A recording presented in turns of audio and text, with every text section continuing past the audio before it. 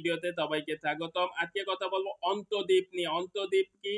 অন্তদ্বীপ হচ্ছে ৩ দিকে জল এবং একদিকে স্থল, কোনো নদী বা সমুদ্রের ৩ দিকে পানি থাকে, ৩ দিকে পানি থাকে এবং একদিকে মাটি থাকে, সেটাকে বলা হয় অন্তদ্বীপ। অন্তদ্বীপ আছে দক্ষিণ আফ্রিকার উত্তমাতা অন্তদ্বীপ, উত্তমাতা অন্তদ্বীপ এটাই দক্ষিণ আফ্রিকায় অবস্থিত।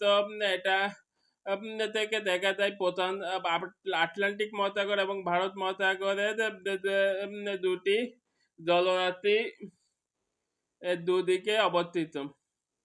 একটি জলরাশি অপরটিতে মৃত্যুতে না। একটাতে কন্যাকুমারী, কন্যাকুমারী হচ্ছে ভারতে অবস্থিত অন্তদ্বীপ। আরেকটাতে বেবা অন্তদ্বীপ, এটা হচ্ছে তুরস্কে। আরেকটা অন্তদ্বীপ আছে হর্ন অন্তদ্বীপ, এটা চিলিতে।